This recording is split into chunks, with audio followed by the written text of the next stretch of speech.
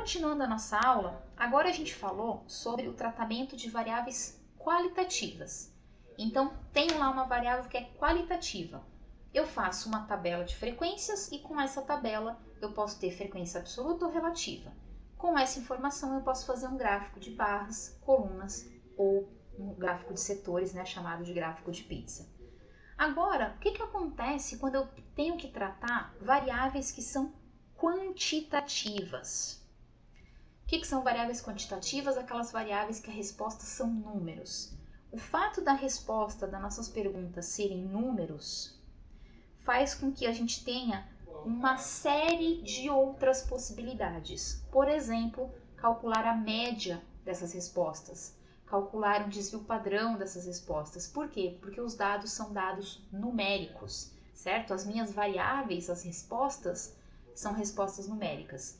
Então, sempre que possível, a gente vai tentar fazer um questionário, fazer um levantamento, que as respostas sejam numéricas, porque abre todo um novo mundo de análises e essas análises permitem que a gente possa concluir outras coisas mais ricas e mais complexas do que simplesmente essa organização de dados da distribuição de frequência. Então, essa parte, a gente vai falar um pouquinho sobre os dois tipos de variáveis quantitativas que a gente viu nas aulas anteriores. A gente sabe que variáveis quantitativas são aquelas que representam uma contagem ou uma medida. A gente sabe também que variáveis quantitativas podem ser discretas, quando os valores podem ser listados, por exemplo, idade, número de filhos, habitantes numa residência, né? 0, 1, 2, 3, 4 e assim por diante, ou podem ser contínuas. O tratamento que a gente vai dar para essas variáveis e para os dados que vão vir dessas variáveis vai depender se a gente está falando de uma variável que é discreta ou de uma variável que é contínua. Muda sim a maneira como a gente vai representar esses dados. Então, dependendo do tipo de variável quantitativa, a gente escolhe um determinado tipo de maneira de representar essa variável. Bom, então vamos supor que eu tenho uma variável quantitativa discreta. As minhas respostas são uma lista de valores enumeráveis. Por exemplo, aqui, usando aquele mesmo exemplo dos bairros, restringindo ao bairro Monte Verde, eu tenho os dados, por exemplo, referentes à frequência das residências, ou seja, quantas pessoas moram naquela residência. Se vocês pegarem a calculadora e fizerem o somatório, vocês vão ver que o somatório dessas informações, se eu não me engano, dá 40, porque 40 era o número de indivíduos do bairro Monte Verde. E notem o seguinte, como que eu leio essa tabela que está aqui? A minha pergunta é o número de pessoas que moram naquela residência, certo? Isso é a minha variável. É a minha variável.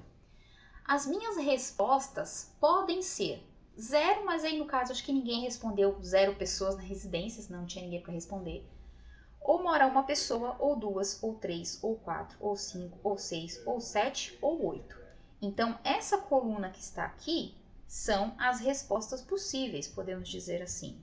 Respostas possíveis. O número de pessoas que moram naquela residência. A frequência de residências é a frequência de respostas que a gente tem para aquele número de pessoas. Tá? Eu talvez tenha falado um pouquinho diferente antes, mas agora só para esclarecer. Então, por exemplo, esse 3 significa que 3 residências têm apenas 2 pessoas morando. Esse 4 significa que em 4 das respostas, das 40 respostas que foram coletadas, 4 dessas respostas foram que naquela casa moram 6 pessoas. Em 13 das 40 respostas coletadas, a gente tem que moram 4 pessoas naquela casa, certo? Então, a primeira coluna são as respostas possíveis, 1 pessoa, 2 pessoas. A segunda coluna é a frequência, a gente poderia até colocar assim, a frequência com que aquela resposta aconteceu. Então, esse 7,5 aqui é o quê? 3 respostas de um total de 40. Se você fizer 3 dividido por 40, isso vai dar 0,0775 ou 7,5%, certo? Então, a primeira coluna são as respostas possíveis, a segunda são as frequências que aquela resposta aconteceu. Por isso que eu afirmei que o total de respostas eram 40, porque eu já sabia que 40 residências no bairro Monte Verde tinham sido selecionadas, tá numa tabela aí para trás desses slides aí que eu estou exibindo para vocês, certo?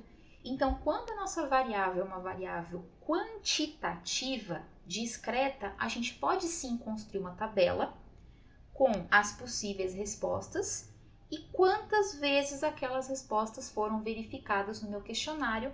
A terceira coluna nada mais é do que a frequência relativa. Então, aqui é a frequência relativa, perdão. E essa aqui é a frequência absoluta, que a gente tinha definido antes.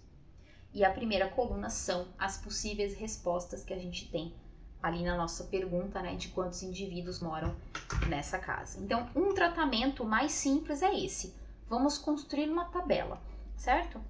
Com a tabela construída, a gente pode representar isso na forma de um gráfico, por exemplo, um gráfico de... Então, eu vim aqui para construir o meu gráfico de barras, eu fixei que o eixo horizontal vão ser os valores observados, então 1, 2, 3, 4, 5, 6, 7 e 8. E no eixo vertical vai ser a frequência das residências, aqui pelo jeito frequência absoluta. Tá? Senão acho que estaria com as porcentagens. Os valores observados em frequência absoluta. Então eu vou lá com a minha tabela, com as minhas informações, eu vou usar só as frequências absolutas e vou construir o meu gráfico das minhas distribuições de frequências. Então tá aqui, uma pessoa respondeu que mora uma pessoa em uma casa, 3 respostas de 2 pessoas, 6 respostas com 3 pessoas por casa, 4 pessoas por casa, a gente teve 13 respostas e assim por diante. Aqui eu usei uma escala vertical de 2 em 2, poderia ter feito de 1 em 1, se por acaso tivesse mais espaço, ou se fosse uma questão de preferência. Como que a gente representa o nosso gráfico de barras? Eu poderia fazer colunas fininhas, tá? Eu não precisaria fazer essas colunas se encostarem uma na outra, eu poderia fazer um gráfico de colunas com essas colunas com espaçamento, mas eu escolhi por uma questão estética fazer essas colunas encostarem uma na outra. Não tem problema nenhum, posso sim representar um gráfico de colunas dessa forma. O importante destacar aqui é que cada coluna dessa está associada a um número. 3 pessoas naquela casa, 4, 5 ou 6, e no eixo vertical a gente tem as frequências. Geralmente a gente estabelece que o eixo horizontal são as respostas possíveis e o eixo vertical são as frequências observadas para aquele conjunto de dados, certo? Quando eu tenho uma variável contínua, posso fazer isso? Vamos voltar nesse caso aqui. Imagina que a gente quer fazer esse mesmo esquema, só que as respostas são as alturas dessas 40 pessoas, da altura dos chefes de família. Vocês concordam comigo que a altura dificilmente vai se repetir? Que vai ter pessoas com 1,62, 1,63, 1,64, 1,65, 1,66, 1,81, 1,82 e assim por diante. Então eu posso usar esse tipo de gráfico que está aqui? Posso, não tem problema. Posso usar um tipo de tabela como esse? Posso.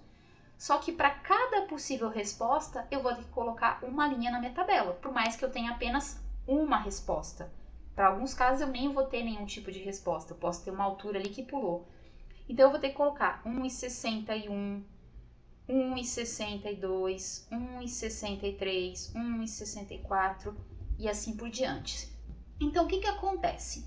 Quando eu tenho uma variável contínua ou uma variável que é discreta, mas tem muitas respostas possíveis ali no meu conjunto de dados, fazer um gráfico como esse que a gente fez aqui, um gráfico de colunas, não é a melhor opção. Por quê? Primeiro, que a minha tabela vai ficar com um monte de linhas diferentes. Segundo, que as minhas colunas vão ficar praticamente todas elas com 0, 1 ou 2 indivíduos respondendo àquela determinada altura. Então não é que eu não posso usar um tipo de gráfico como esse ou de tabela como esse se eu tiver respostas, por exemplo, com 2 casas decimais depois da vírgula. Eu posso. Mas o que vai acontecer é que o gráfico não vai enriquecer a minha discussão, vai ficar um monte de colunas parecido, uma tabela gigante, eu não vou conseguir interpretar muita coisa com relação àqueles dados. Então, quando as minhas variáveis são contínuas, ou até mesmo no caso que elas são discretas, mas que elas se repetem muito, que elas repetem muito, perdão. Quando a gente tem valores ali de possíveis respostas que divergem muito, né? Então, alturas, por exemplo, a gente pode ter várias alturas diferentes. Não faz muito sentido eu exibir os meus dados na forma de uma tabela de frequência. Por quê? Pois os dados raramente se repetem. Então, a gente vai ter uma tabela cheia de colunas com praticamente uma frequência ou 0 frequências em cada uma daquelas linhas. Nesse caso, a gente tem algumas opções que a gente vai tratar na nossa próxima aula. Algumas alternativas que a gente tem para tratar variáveis que são contínuas ou que são discretas, mas que têm um rol muito grande de respostas, são o chamado diagrama de pontos, as tabelas por classe, que é um tipo de representação muito usado em diversas áreas. A representação de uma tabela por classes é o que a gente chama de histograma, que é uma das representações gráficas mais importantes que a gente tem na estatística. A gente tem também o polígono de frequência, que pode ser usado quando eu quero fazer comparações entre populações, entre amostras diferentes. E eu tenho também a organização chamada de ramos e folha.